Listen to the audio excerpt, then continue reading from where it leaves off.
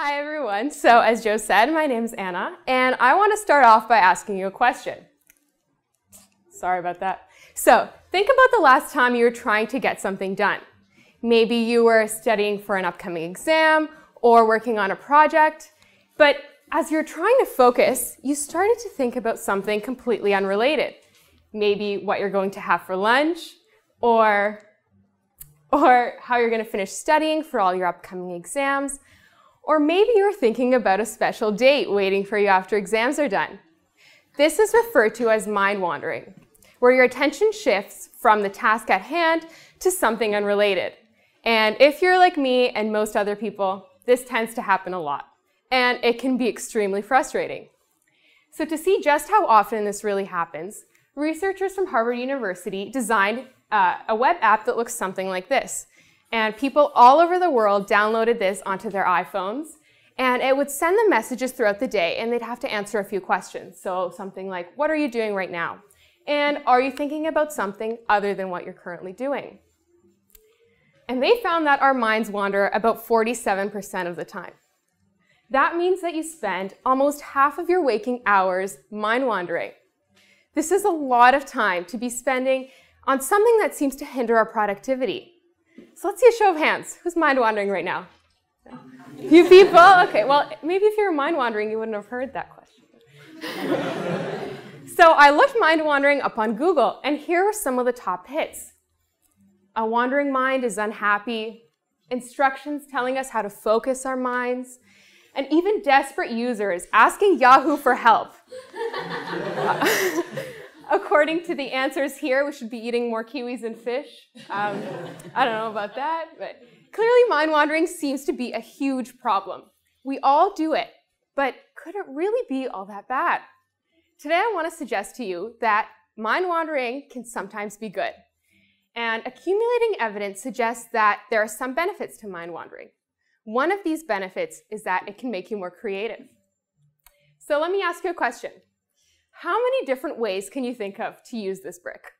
Just think to yourself for a moment. You can use it to build a house, of course. Maybe you can use it as a paperweight. I looked some answers up online. This one was my favorite.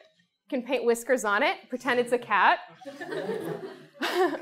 This is what researchers did in an experiment with undergraduate students. This is called the unusual uses task, and students had 2 minutes to do this task. And the number of unique uses they could think of and the originality of their answers was a measure of their creativity. Then they were put into one of 4 groups. 3 of these groups took a break for 12 minutes.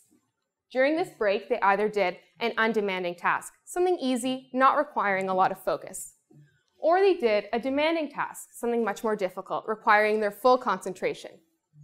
Another group just rested for the 12 minutes, and a final group took no break at all.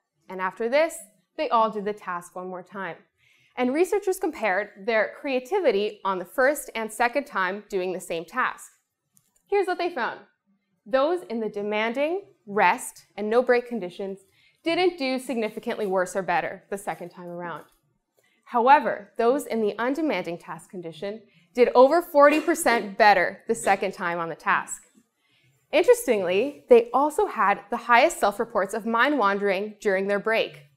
And this suggests that by taking breaks to do simple tasks that allow our minds to wander, we can be more creative and it can help us solve problems.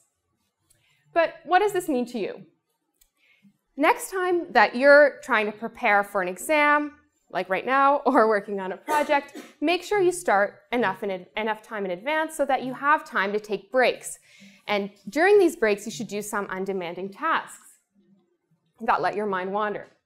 For me, when I step in the shower, I become the thinker. I have some of my deepest thoughts in the shower. This is because showering requires some focus, but not too much, so my mind has the ability to wander. For you, it might be exercising or it might be cleaning. These are simple activities that encourage your mind to wander and can lead you to be more creative and actually be more efficient with your work.